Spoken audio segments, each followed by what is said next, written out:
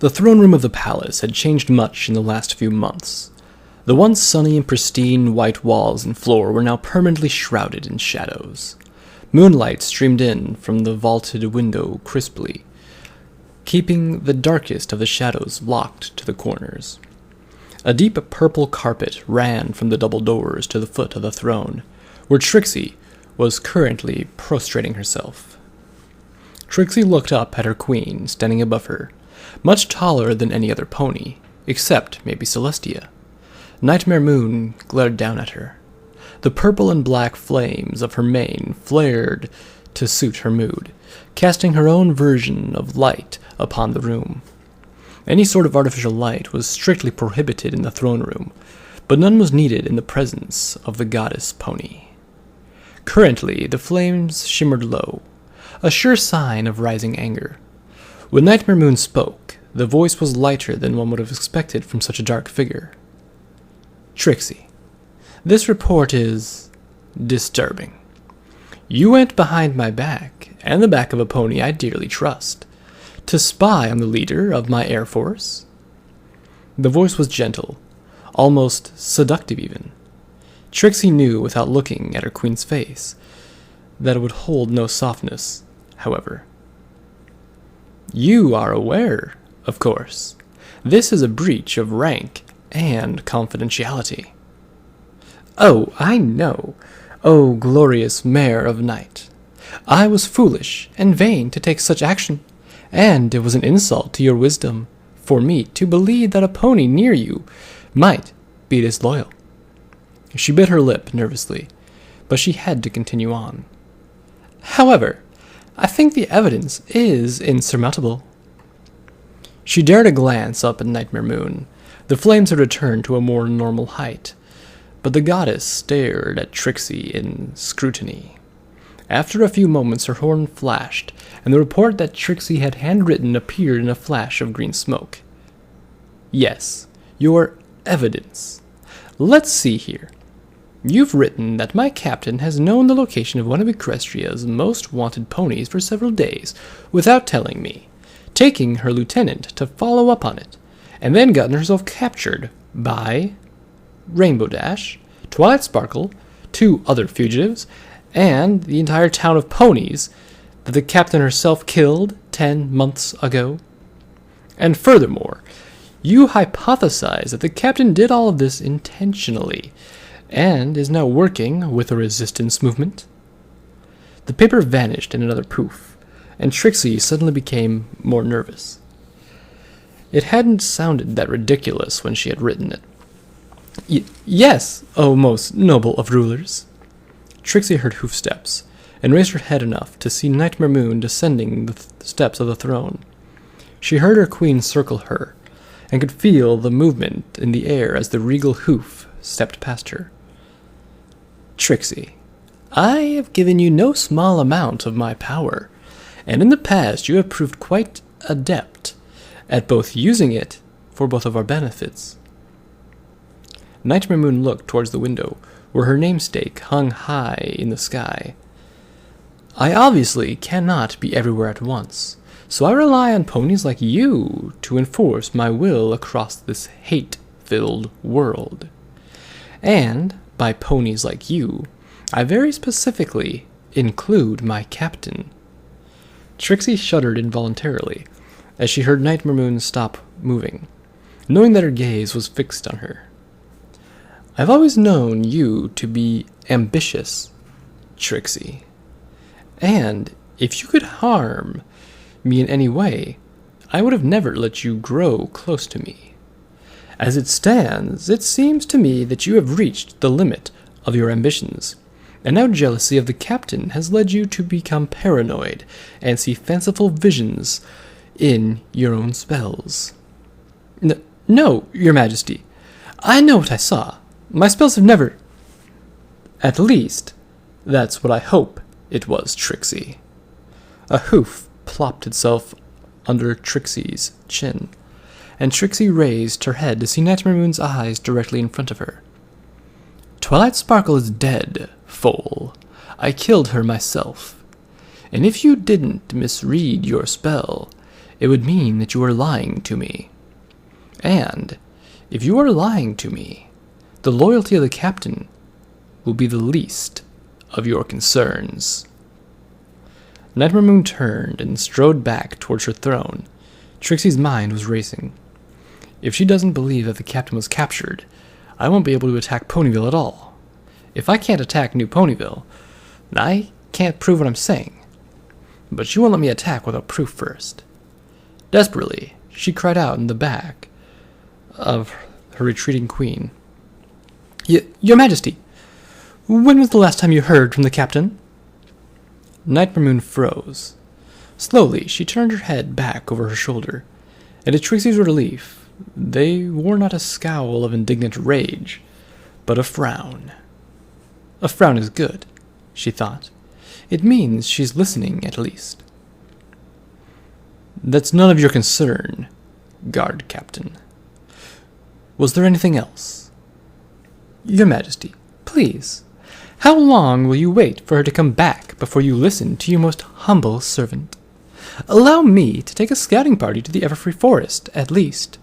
Every day we wait for her to return is a day that she could be executed, or be planning with the enemy." She could see that the queen remained unconvinced, and so stooped from her ornate rhetoric to common logic. "Besides, what do you have to lose?" Nightmare Moon's face was twisted in thought, and after a moment she snorted and returned her gaze to her throne. "Fine. Take whatever men you require to chase your ghosts. But you are only to use your own resources for this errand. I don't care how you waste your time, but you will not waste mine as well." "And if the captain was, indeed, captured by the ponies? Or turned traitor?" Nightmare Moon sat back in her throne and studied the pony beneath her, her face unreadable. "If the captain is out there, for any reason, she is to be brought back to me. Alive, you conniving worm. Now go. The duties of this pestilent kingdom call to me." Trixie stood and curtsied her way backwards through the door. As the large doors slammed shut of their own accord behind her, she sighed in relief. "It may not have gotten as well as I planned, but I have what I need. Now, all I need is the captain herself, and—" A bang of static went off inside of her head, followed by a low-pitched whine. Mentally turning off her alarm spell, she hurried down the corridor. My, oh my. Speak of the devil. Rainbow Dash was angry. She wasn't angry that the captain had been the Rainbow Dash from this world. She wasn't angry that she had been knocked out after seeing her face, or setting her free. She wasn't even angry that her friend told her everything that had happened during that day. She was angry because she was bored. "I want to leave, Twilight!" Dash yelled across the room from her bed. Nurse Redheart had expressly forbid her from moving for at least 3 days after she had been drug out from under the crates. Her injured hoof hung suspended from a sling, except this time it was tied in. She struggled fruitlessly for a second, and then shot a glare at her friend. Twilight didn't look up for where she was sitting on the floor. Instead, using her magic to turn another page in her book, Dash rattled her contraption noiselessly until Twilight looked up in annoyance. Sighing, she stood and walked to the other pony's side. "Rainbow Dash, you've only been in bed for a few hours since you woke up. How can you possibly be bored already?" Twilight adjusted the bed sheets around her friend, which Rainbow Dash immediately messed back up again by moving around. "Because I haven't moved since then, Twilight. I want to go stretch my wings, or at least my hooves." She frowned at her bindings. They were surprisingly durable for pieces of cloth.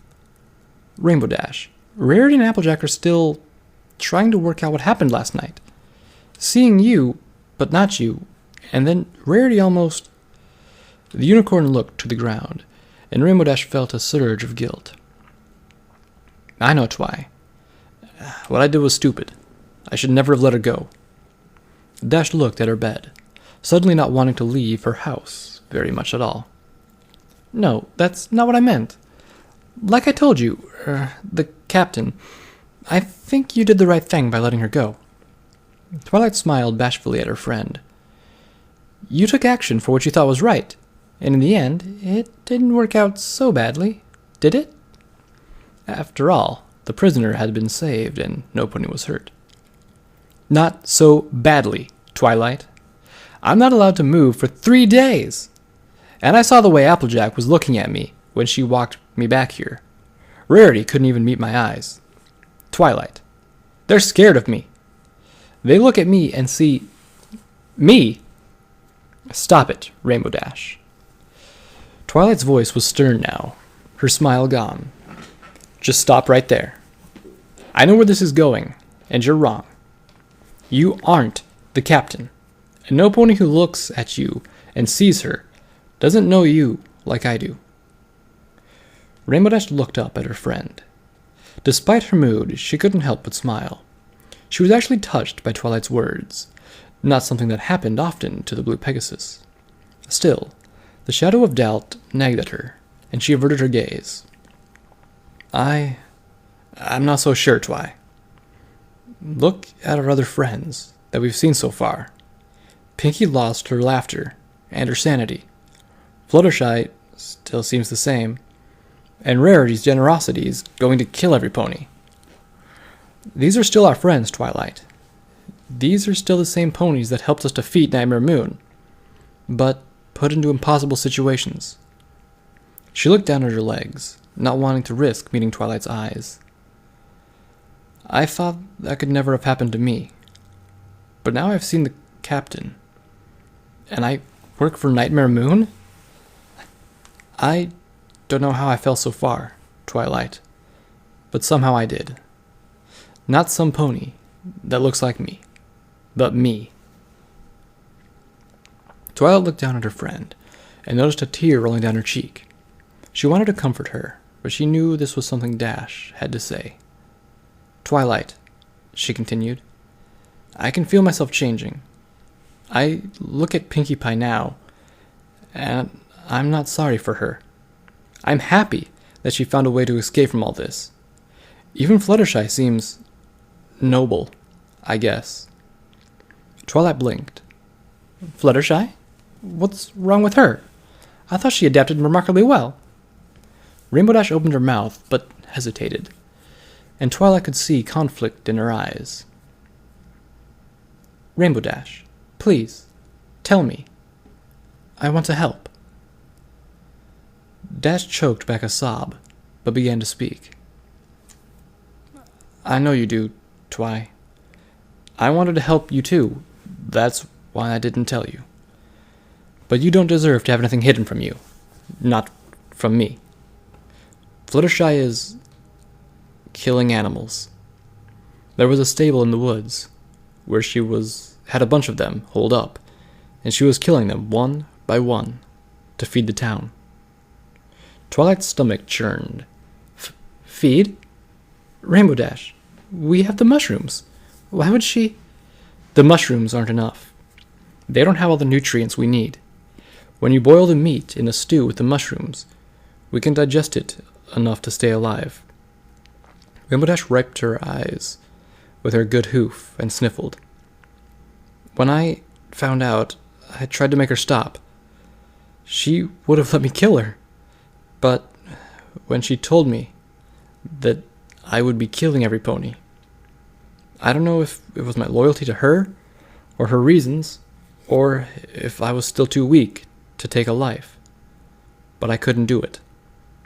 I let her keep killing, so that every pony could live. Rainbow Dash looked up at Twilight, whose mind was racing. Fluttershy's killing animals? So that she can save lives? She's betraying her own element of harmony for us?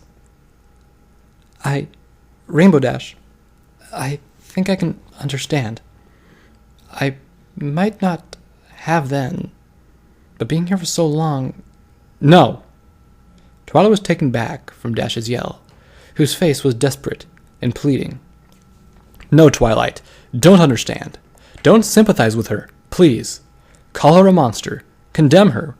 Don't let this world corrupt you too. Twilight looked down in surprise at her friend. Dash's eyes begged Twilight, but she didn't know what for. What would you have me do, Rainbow Dash? Twilight was trying to work with her friend, but she was beginning to worry about the head wound from the boxes.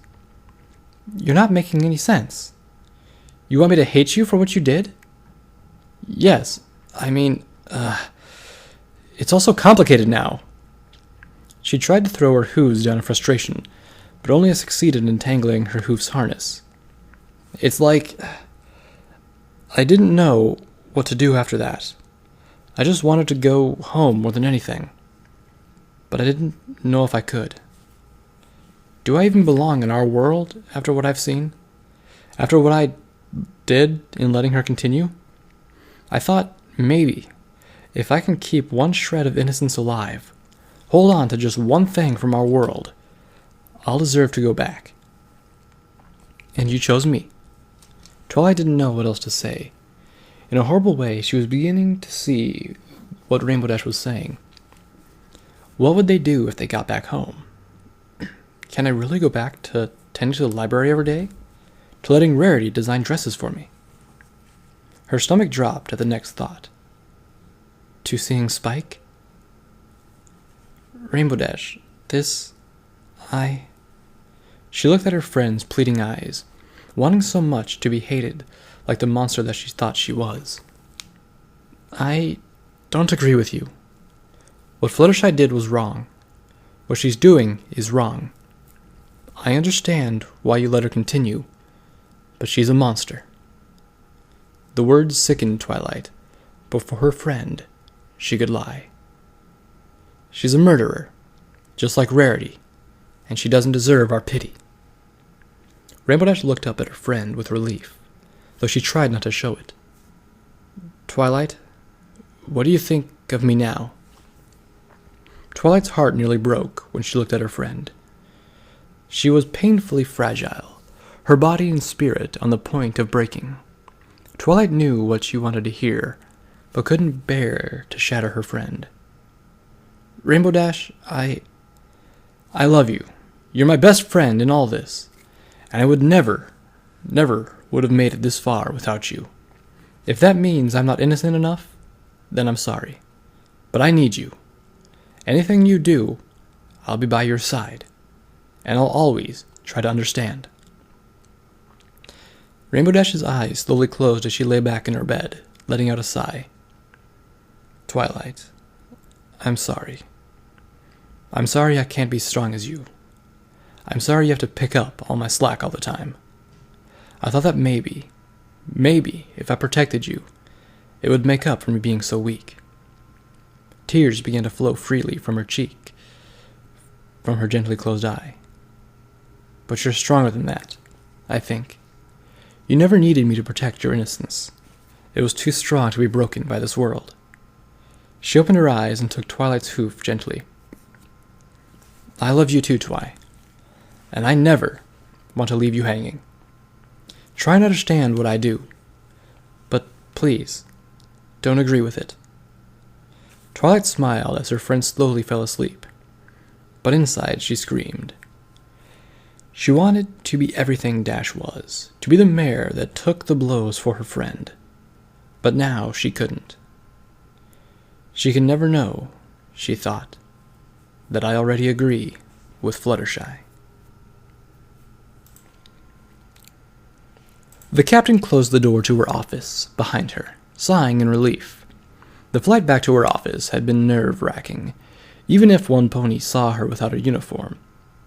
But one did not become captain of the Shadowbolts without knowing a few back doors. Making sure the door was locked, she turned to a chest against her wall, popping the top open with one hoof. She caught movement out of the corner of her eye.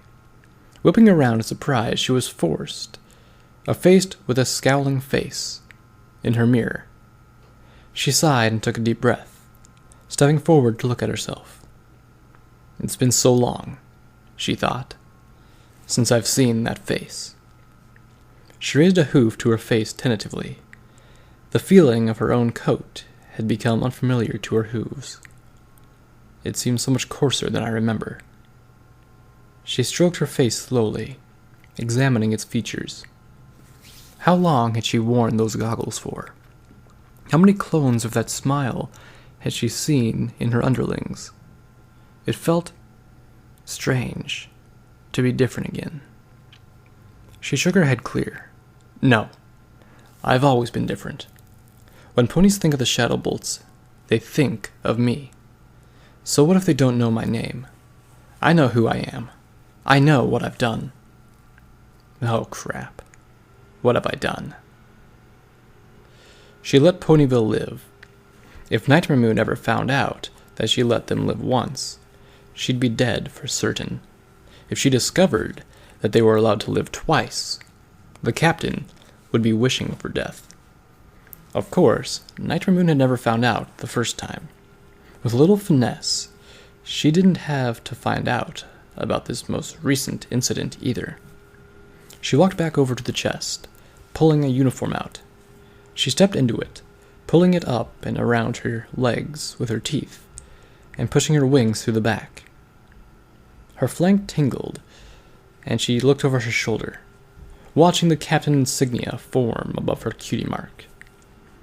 Shadowbolts don't often have to change their uniform, but the same enchantment that kept their features obscured also recognized whether the wearer was a soldier.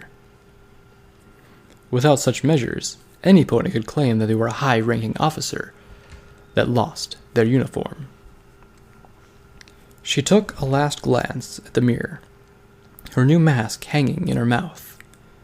She had been caught without a uniform, or had she been caught without a uniform, she could have proven that she was, in fact, the captain. But no pony had known who she really was, not even the lieutenant. Not until she had shown Rainbow Dash. Blast. And I didn't even get a chance to talk to her. She grumbled as she pulled the mask over her head. All that effort, all that searching, and all I know is that she's me from another world, and the Twilight from that world is still alive. Perhaps if I went back and... No, that's too risky. She didn't want to admit it to herself, but she had been stupid. Going there once got Spitfire killed, and if any pony knew that I had spared 3 known fugitives and 2 ponies of high interest, I'd be arrested for sure. If any pony even knew that I had been to New Ponyville and hadn't reported it, it would be enough to convict me of treason. A knock on the door interrupted the captain's thoughts. Closing her trunk, she turned towards it. Who the hell is that? No pony should even know I'm back. A low whine warned the captain of something was amiss, and she dove behind her desk just as the door exploded. After the splinters finished raining down on her, she stood back up in fury. "Ah, Captain! You finally returned to us." Trixie strode into the room, grinning ear to ear, Royal Guard ponies flocking through behind her.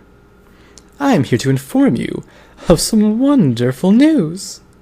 I'm placing you under arrest for treason."